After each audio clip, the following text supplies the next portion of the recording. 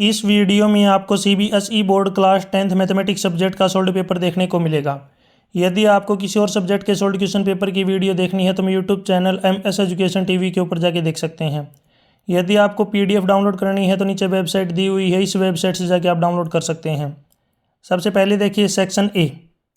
First question, the HCF of the smallest prime number and the smallest 3 digit number is 2m, 5n, the respective values of m and r। तो सबसे पहले देखिए smallest prime number होता है 2 और smallest 3 digit number होता है 100। हमें इनका HCF निकालना है। सबसे पहले देखिए यहाँ पे HCF निकालेंगे 2 और 100 का। HCF क्या होता है? हाईएस्ट कॉमन फैक्टर, यानी कि वह बड़े से बड़ा नंबर जो इन दोनों नंबरों को क्या करे, कंप्लीटली डिवाइड। तो इनका HCF आएगा 2। अब इसको कंपेयर करना है आपको 2m और 5n के साथ। तो यहाँ पे जब इसको कंपेयर करेंगे 2m और 5n के साथ, देखिए यहाँ पे 2 अकेला है तो इसकी पावर 1, यहाँ पे 5 है नहीं तो 5 की पावर 0 यानी कि 1 हो जाएगा ये भी। 2m और 5n। अब यहाँ पे कंपेयर करेंगे तो m की वैल्यू आएगी यहाँ पे 1 और जो n की वैल्यू होगी ये होगी 0। यही हमें बताना था कि m कितना होगा और n कितना। तो m की वैल्यू 0 और m की वैल्यू 1 और n की वैल्यू 0। इसमें ऑप्शन बी राइट होगा। Question 2, which of the following statement is true for HCF and LCM of the 2 distinct natural numbers A and B। तो इसमें से आपको बतानी है कौन सी स्टेटमेंट सही है। तो इसमें फर्स्ट स्टेटमेंट है HCF is always greater than LCM। HCF हमेशा LCM से बड़ा होता है। फर्स्ट स्टेटमेंट यहाँ पे क्या हो गई? फॉल्स। सेकंड है HCF is a factor of LCM। HCF LCM का फैक्टर होता है, ये स्टेटमेंट ट्रू है। थर्ड है LCM is a factor of HCF। अब LCM जो है HCF का फैक्टर नहीं होता, तो इसमें जो थर्ड स्टेटमेंट है ये रॉन्ग होगी। तो इसमें अपनी जो राइट स्टेटमेंट ये केवल सेकंड वाली है। सेकंड वाली का मतलब है ऑप्शन डी, क्योंकि ऑप्शन डी में ही दिया गया है ओनली 2 इज ट्रू। तो ऑप्शन डी राइट होगा सेकंड वाले में। Question 3, which of the following system is of equation has unique solution. Unique solution किसका है?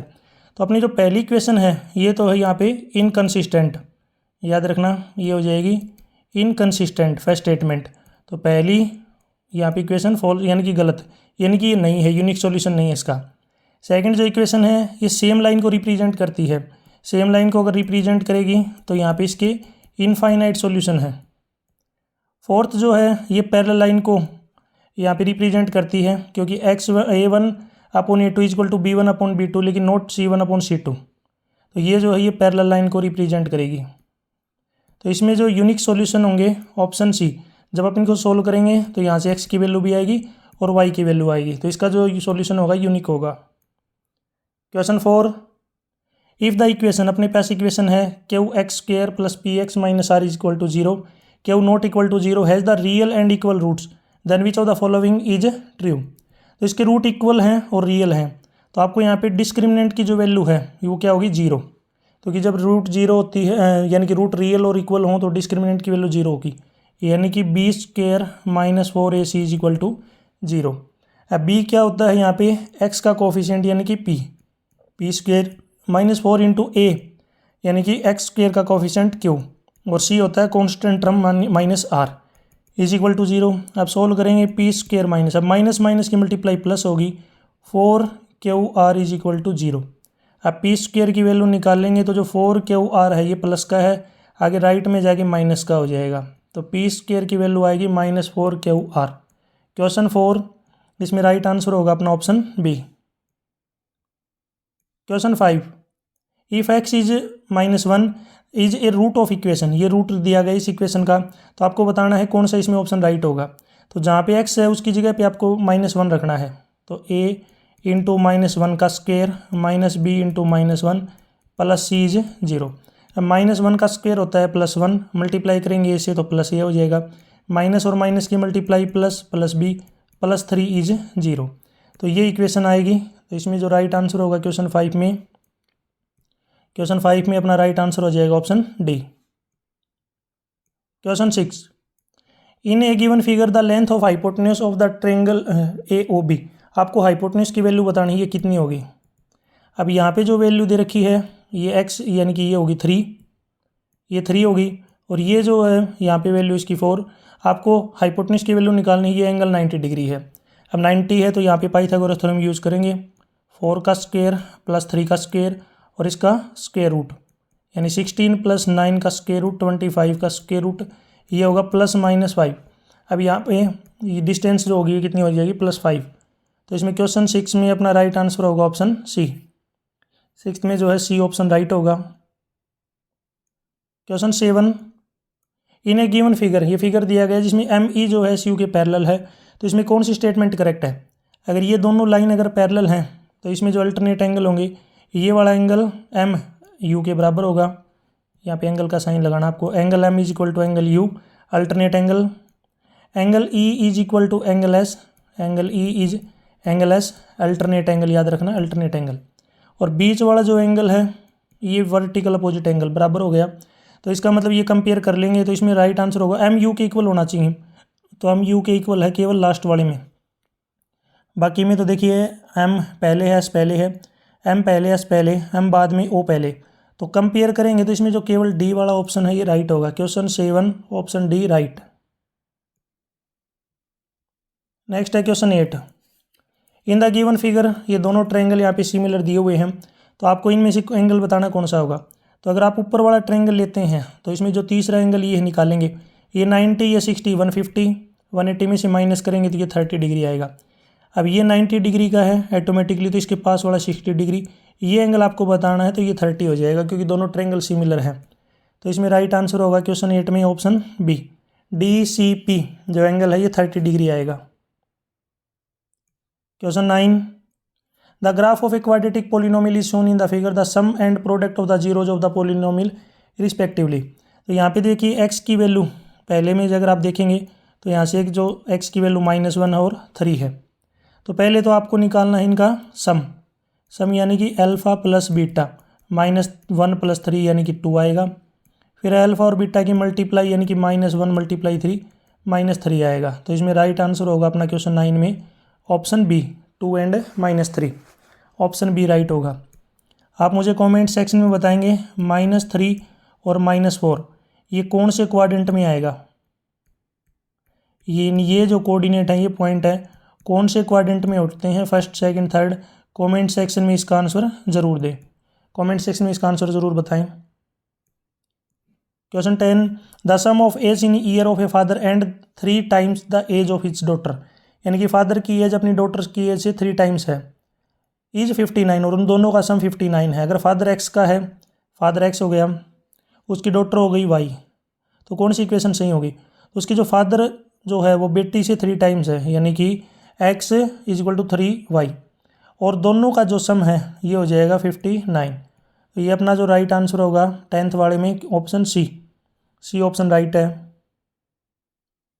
क्वेश्चन 11, आपको इसकी 10th टर्म बतानी है। अपने पास यहाँ पे दिया गया है p √2 √8 √18, ठीक है।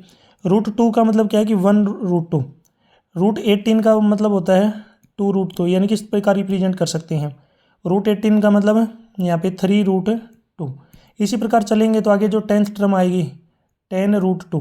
अब 10 √2 ऑप्शन में नहीं दिया हुआ तो 10 को अंदर ले जाएंगे तो ये 100 हो जाएगा। 100 × 2 का स्क्वायर रूट यानी कि 200 स्क्वायर रूट। तो इसमें 10 √2 भी सही है और √200 भी राइट है। तो क्वेश्चन 11 में ऑप्शन बी राइट है। नेक्स्ट है क्वेश्चन 12, आपको cos 90 - sin 90 की वैल्यू बतानी है। तो cos 90 की वैल्यू होती है 0 और sin 90 की वैल्यू होती है माइनस यानी कि 1, और माइनस करेंगे तो -1। Question 12 right answer option A. Question 13, one of the possible value of A की किस पॉसिबल वैल्यू के लिए दोनों बराबर होंगे। दोनों जो बराबर होंगे ये होगा एक तरीके से 0 के ऊपर, यानी कि cos 2 × 0 cos 0 यानी कि 1, और cos 0 आपको पता होगा 1 होता ही है, तो केवल 0 के भी ऊपर पॉसिबल है ये। तो question 13 right answer option A. Question 14, at an instant the length of shadow of stick is found to be √3 times the length of the stick as shown in the figure below, यानी कि shadow 3 times है, stick का √3 times है। अगर stick x की है तो shadow हो जाएगी √3x, और ये 90 डिग्री का एंगल। आपको यहाँ पे sun's altitude at that instant, यहाँ पे आपको थीटा की वैल्यू बतानी है, यानी कि एंगल बताना है। तो यहाँ पे यूज़ करेंगे tan θ is equal to perpendicular upon base, यानी कि x अपॉन में √3x, एक्स से एक्स कैंसिल हो जाएगा, यहाँ पे आएगा 1/√3 और 1/√3 की जो वैल्यू होती है tan 30 डिग्री के ऊपर। तो यहाँ से थीटा की वैल्यू आएगी, एंगल की वैल्यू आएगी 30 डिग्री। तो इसमें 14 में ऑप्शन ए राइट होगा, 30 डिग्री। ऑप्शन ए राइट हो जाएगा यहाँ पे। Question 15, the largest possible right circular cone is curved out of a solid hemisphere, radius r shown in figure. आपको स्लैंट राइट बतानी है, यानी कि ये हेमिस्फीयर है और इसके अंदर यहाँ पे कोण है। तो इसकी जो ये परपेंडिकुलर होगा, अगर ये आर है तो इसकी जो हाइट होगी ये भी आर होगी, क्योंकि दोनों रेडियस है। आपको स्लैंट हाइट बतानी है, तो इसके लिए क्या करेंगे, perpendicular square plus base square और इसका स्क्वायर रूट, यानी कि 2r² का स्क्वायर रूट। अब 2 का तो स्क्वायर रूट रहेगा, अब r² से स्क्वायर रूट कैंसिल हो जाएगा, तो यहाँ पे बचेगा अपने पास l = √2r। Option C right है। क्वेश्चन 15 में ऑप्शन सी राइट होगा। Question 16, if the frequency of distribution the mean is 3/4 times the median. Mode आपको बताना है। अब मोड का फॉर्मूला होता है मोड = 3 मीडियन माइनस 2 मीन। अब यहाँ पे एक बात बता रखी है इसने कि जो मीन है वो 3/4 टाइम्स है मीडियन का, तो यहाँ पे 3 मीडियन माइनस 2। अब मीन जो है इसने पहले ही बता दिया कि 3/4 टाइम्स है मीडियन का, तो आप मीन की जगह लिख सकते हैं 3/4 मीडियन, क्योंकि मीन के बराबर है 3/4 मीडियन। अब सोल्व करेंगे, 3 मीडियन माइनस 2 से काटेंगे इसको, 4 को 2 पे, ये आएगा 3/2 मीडियन। अब एलसीएम ले लेंगे, यहाँ पे एलसीएम लेंगे तो ऊपर आएगा 6 - 3/2 मीडियन। 6 - 3/2 का मतलब होता है 3/2 मीडियन, यानी कि मोड जो आएगा ये आएगा 3/2 मीडियन के।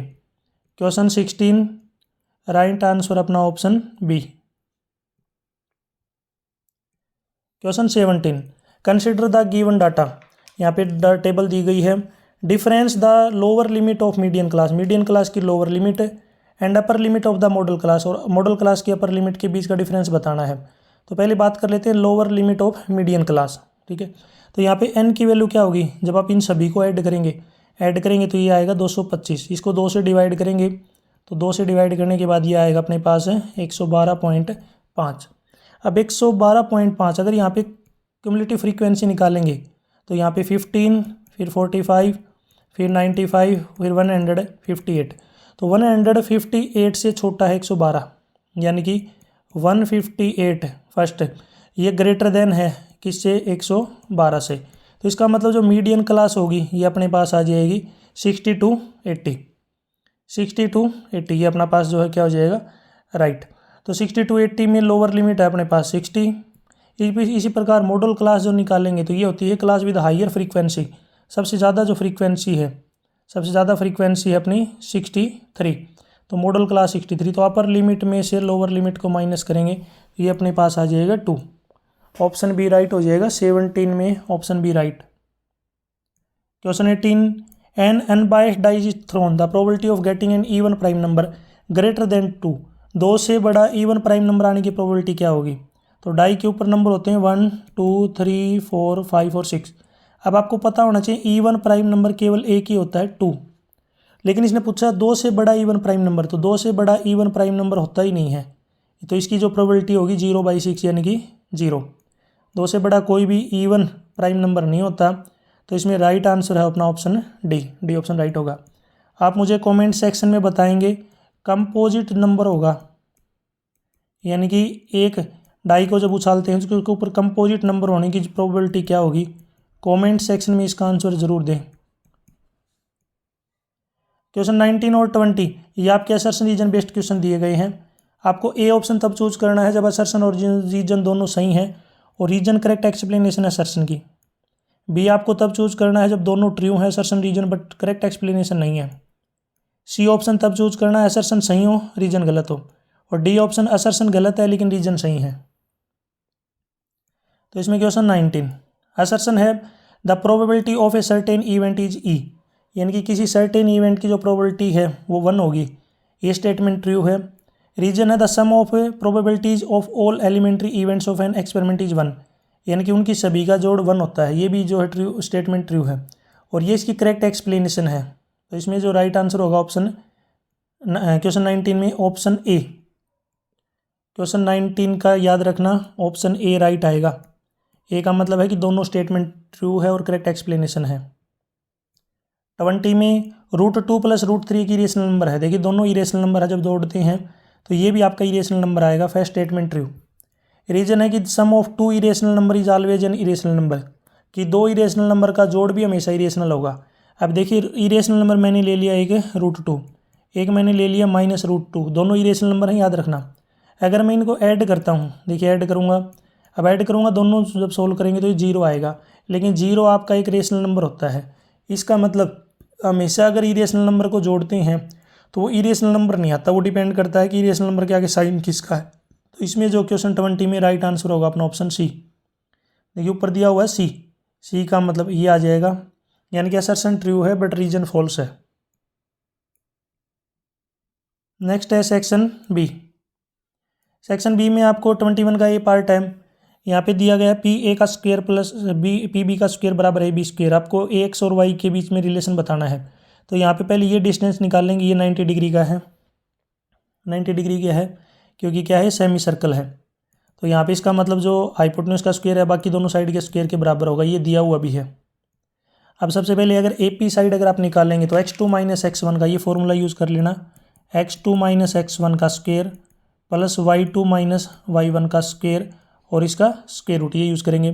तो पहले AP निकालेंगे, x - 3 का स्क्वायर प्लस y - 0 का स्क्वायर। स्क्वायर रूट लेने की आपको ज़रूरत नहीं है क्योंकि आगे इसमें स्क्वायर की वैल्यू है। इसी प्रकार अगर PB निकालेंगे, ये आएगा x - 0 का स्क्वायर प्लस में y - 4 का स्क्वायर, और लास्ट में नीचे वाली जो साइड हाइपोटेन्यूज आएगा 0 - 3 का स्क्वायर प्लस में 4 - 0 का स्क्वायर। अब यहाँ पे इसकी इक्वेशन का यूज़ कर लेंगे। देखिए नीचे वाली बाकी दोनों जो इक्वेशन यहाँ पे दी गई है इन दोनों के ऐड के इक्वल रख देंगे, सोल्व कर लेंगे। जब आप सोल्व करेंगे, सोल्व करने के बाद अपने पास आंसर आएगा x² plus y² - 3x - 4y = 0। इसी में यहाँ पे और में दिया गया एक बी पार्ट, दोनों में से आपको एक करना है। ये ट्राई सेक्शन में काटते हैं यानी कि बराबर हिस्से में, तो ये सभी पार्ट हो गए 1 1 1। आपको P और Q का कोऑर्डिनेट बताने हैं। तो पहले देखिए यहाँ पे अगर ये P लेके चलते हैं, आप P लेंगे यहाँ तक, तो ये हो गई 1 और बाकी जो हो गया ये 2, 1:2। अब इसमें वो फॉर्मूला लगा लेंगे m1x2 + m2x1, सोल्व कर लेंगे इसको, इसके आप कोऑर्डिनेट निकाल सकते हैं। फिर आगे यहाँ पे 2:1 लेंगे, इस प्रकार Q के कोऑर्डिनेट निकल जाएंगे। क्वेश्चन 22 में है वेरीफाई करना है relation between zeros and coefficient of quadratic polynomial. तो पहले इसकी फैक्टर करेंगे a - b into a plus b, a² - b²।